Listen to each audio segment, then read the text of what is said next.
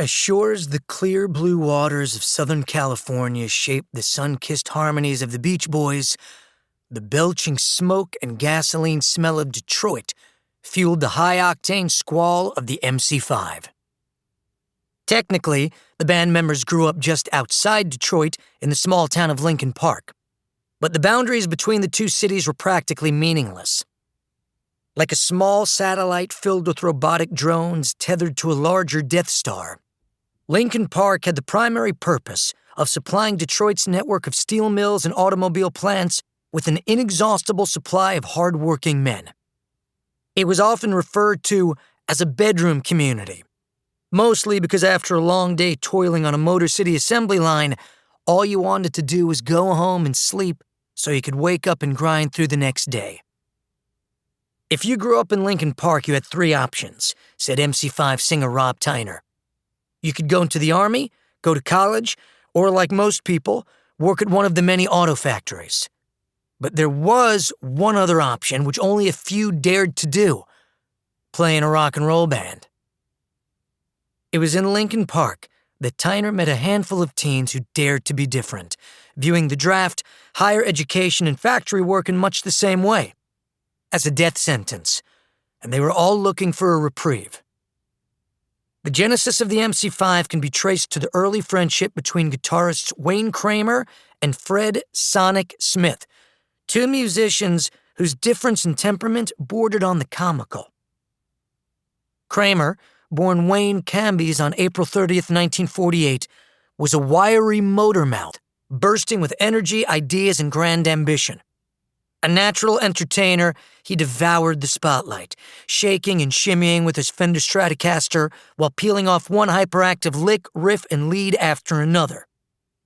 Smith, born Frederick Dewey Smith on September 14, 1948, was Kramer's stoic opposite. Even though he was born in his family's kitchen during an electrical storm, Smith's personality was almost excruciatingly low wattage.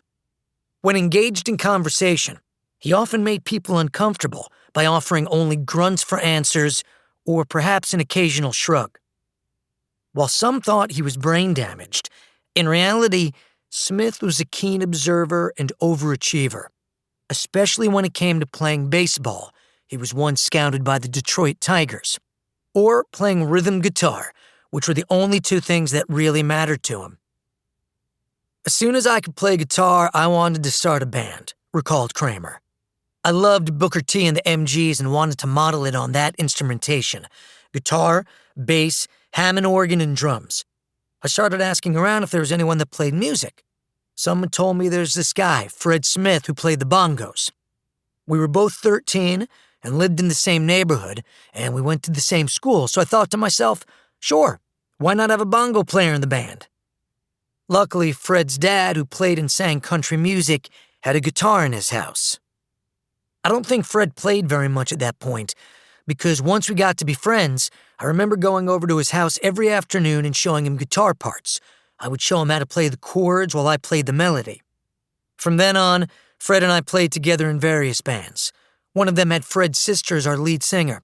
She wore a prom gown and sang stuff like the 1960 ballad Angel Baby by Rosie and the Originals.